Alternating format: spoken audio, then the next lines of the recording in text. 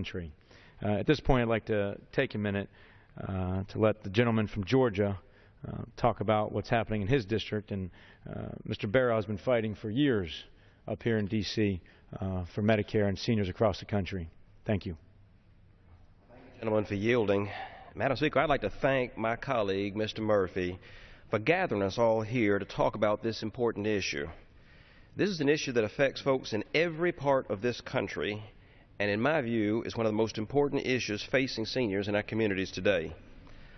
I applaud all of my colleagues gathered here for taking a leadership role in our efforts to fight proposed reductions to the Medicare Advantage program.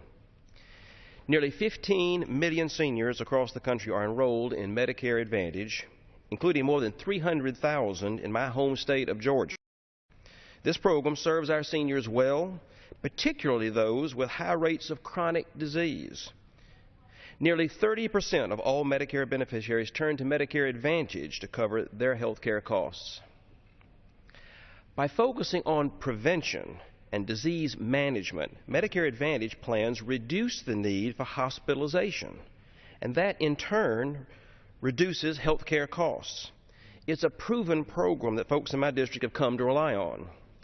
The Centers for Medicare and Medicaid Services recently proposed a 5.9% cut to this program, which could result in a reduction of benefits and increase premiums on Medicare beneficiaries by $35 to $75 a month.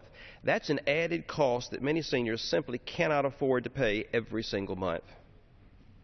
My colleague from the other side of the aisle, Dr. Bill Cassidy, and I have been leading the charge to urge the federal government to take any and all steps necessary to preserve this program. Just last month, more than 200 members of Congress from this House joined us in our effort to urge the Centers for Medicare and Medicaid Services to preserve the standard of care that seniors are currently getting.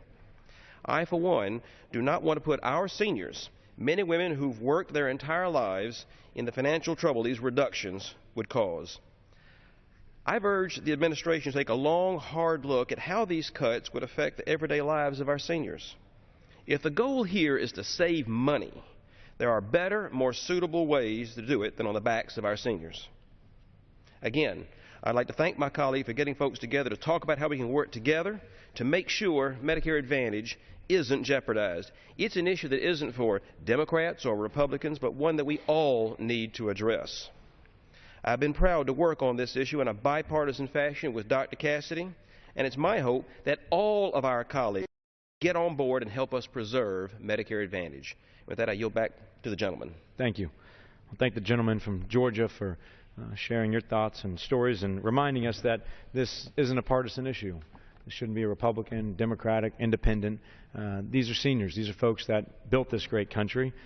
Many of which are veterans who fought for our country and laid the foundation for which we have today. So thank you for reminding us of that and being here today and taking a moment out of your busy schedule to share your thoughts.